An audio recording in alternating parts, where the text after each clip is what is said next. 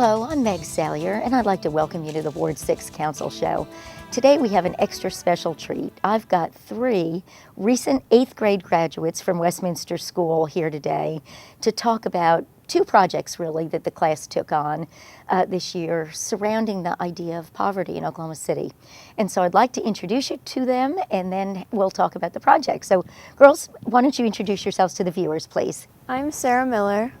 I'm Kate Skarkey. And I'm Haley Turman. Thanks, guys. It's really, really nice to have you here. So I want people to know that I had a chance to visit your school a couple of weeks ago, just before graduation was over, and learn a little bit more about the 2 projects that your class did. I might set it up, if I could, just briefly, to say that in 7th grade at Westminster, you all participate in businesses. Yes. And have an opportunity to raise some funds that in the 8th grade, I think you get to select how you want to utilize those funds. Yes. And so this year I understand that you selected poverty as the overall module or whatever that you studied. So why don't you talk about that to start with? How did you select poverty, why, and what did you all talk about during the course of the year? So it's part of the curriculum at Westminster. So every class has a set community service project. Mm-hmm. So it starts with peace in pre-K, and then 8th grade ends with poverty. And so we spend the first semester researching like different demographics and facts about poverty. And then at the second semester, we get to decide what we're going to do with the money that we've raised. Great. So what kinds of things did you do to study poverty? What sorts of things did you look at? So in English, we read probably 2 or 3 books on the topic of poverty. And then we also held a poverty simulation with the whole 8th grade. And that was really eye-opening to see what it's really like. Sure, tell us about that, Haley. Tell me a little bit about what that means. So the books we read some of the Brookings Report and the $2 a day book that was focused on the minimum wage and low wage workers in Oklahoma, and not Oklahoma, but just around America. Yeah. And with our poverty simulation, we actually got to see, we took different roles and with different families, kind of family types. Some of them had disabilities and were getting disability income, and some of them had to go to the employment office. It was just all sorts of different situations that we all got to be a part of. And so you got to put yourself in the shoes of Yes. someone that was having to try to get documentation or go sign up to get assistance or Yes. work through some of those things. Yeah, Right. and then some of them, we had kids who were getting in trouble at school, had to figure out how to deal with it, and whether you were a parent or a kid, you really got to understand what it was like. Great. Well, it's an eye-opening experience Right. to get a chance to do that. And I think, did you also read Nickel and Dimed? We did. Is that a book you had a chance to read? I read that years ago, and it had an incredible impact on me. Yes. It really is an sort of early important conversation about navigating things Right. that a lot of us take for granted from time to time. So I believe you had the privilege of meeting my friend Rania O'Connor at the Curbside Yeah. Chronicle, We did. and she helped lead some of the discussion about what a working wage was in Oklahoma City and Right. what people needed to be able to afford housing. So maybe we could talk a little bit about some of that information that you learned. Yeah. So she came and visited our school 2 or 3 times. She came the first time just when we were getting different nonprofits to come talk to us. And then after that, we kind of formed a relationship, so she came and helped us.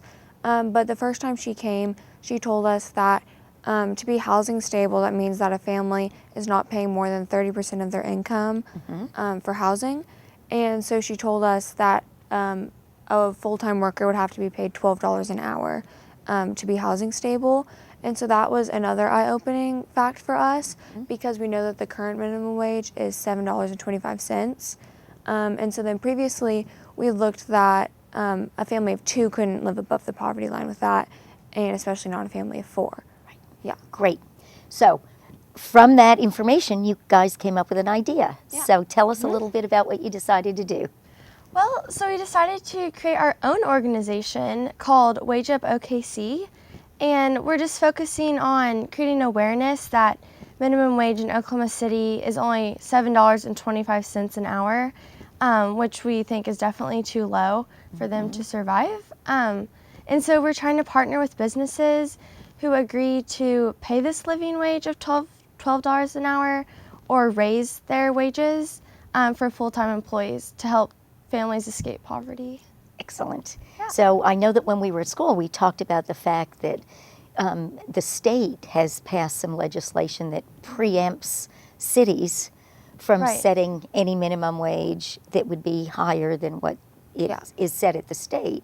But so your concept is a great one. You came up with a voluntary way for companies to consider whether or not they could do that and then get recognition for doing it. So talk to us a little bit. Haley, maybe you could share a little bit about, how somebody, if they want to join this Wage Up movement or Wage Up program, how they do it and how they would be recognized for doing it. Okay, so it doesn't matter if you're already paying above $12 or below it. If you're already paying $12, we can recognize it and put it on our website that is in progress, or you can email us and we can give you some more information about it. And So let's stop right there and give the viewers the opportunity. The website's almost finished, but what is the address going to be? it's WageUpOKC.org. WageUpOKC.org. Yes. And then you also have an email address, and what would that be? It's WageUpOKC@gmail.com. At gmail.com. Great. Yes. And so people will commit to sign up. There's a little contract. That, I know I signed. Excel's a member of Wage Up OKC, I'm happy to say. And there'll be a sticker that you could put in your window to let people know that you participate. And will you also, companies will also be listed on the website Yes. Yes. as a participating company. So they're And we have a partnership with Keep It Local, and we have a tab on their website as well. And there's a list of our current partners on there. So we currently have 32 partners. wonderful. So I know there's a very ambitious goal here. So why don't you share what the goal is? Yeah. So the goal is 208 partners by May 2022, which is when we graduate high school. And we came up with that from when we started 12 weeks ago. That's about one a week. Okay. So it's only been 12 weeks and we already have 32 partners. So we're ahead of our goal right You're now. way ahead of your goal. That's also the Westminster way. We're going to have that done in 2 years' time, and then you can just double your goal. So it's really exciting. But all summer, the three of you have been working on this. And so are you out knocking on doors? And We are. We're trying to get whoever would love to partner. We actually have a dozen members in our group who are committed to working on this throughout the school year and everything. Great. Well, I did want to share that there was another group of your classmates that did a slightly different project, and working with the Curbside Chronicle and the Homeless Alliance helped them expand their flower business. So I think lots of our viewers probably know that the curbside vendors sell beautiful bouquets of flowers for Valentine's Day. But you guys came up with the idea, your class came up with the idea to expand that to Mother's Day. Yeah.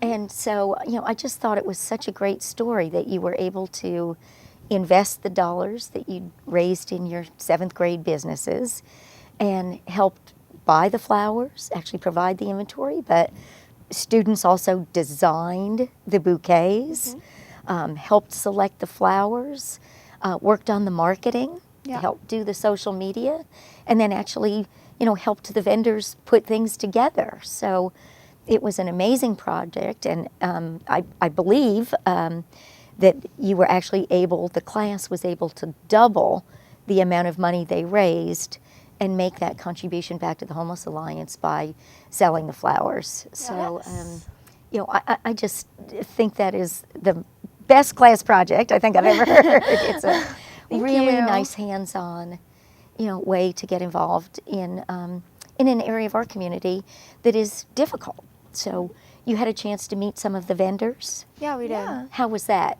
What did you learn, let's say? And Haley, I know were we at the same table when we had a chance to talk to you?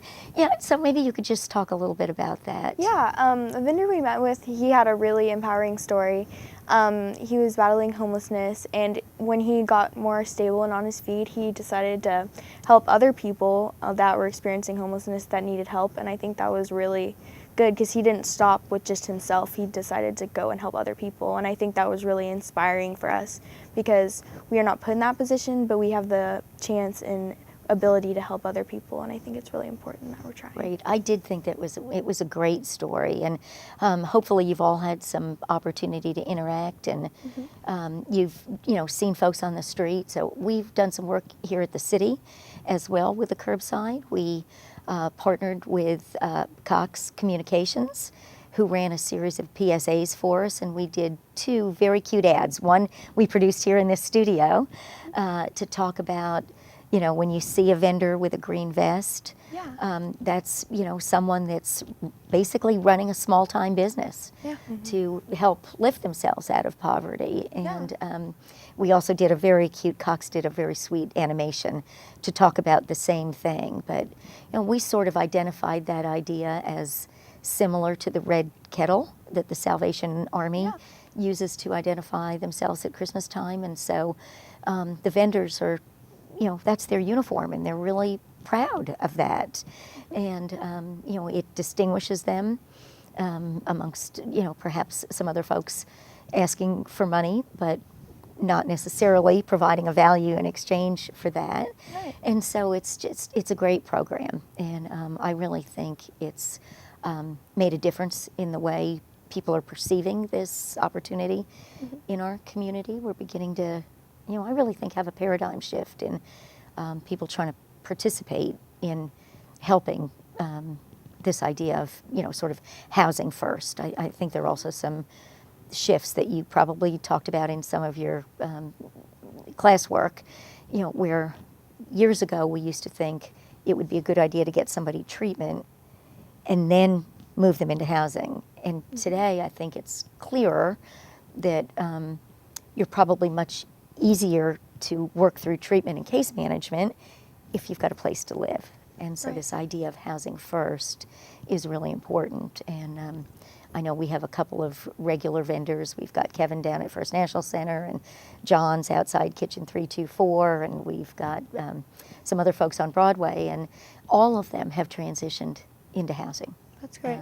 Which is just such a wonderful story, and we hope to see more of that. So what do you guys expect for your futures? You're going to work on this through high school?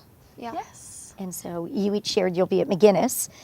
Is this a project that you think you can take on to McGinnis and grow it? Is it scalable? Or are you going to continue just to work in your small group?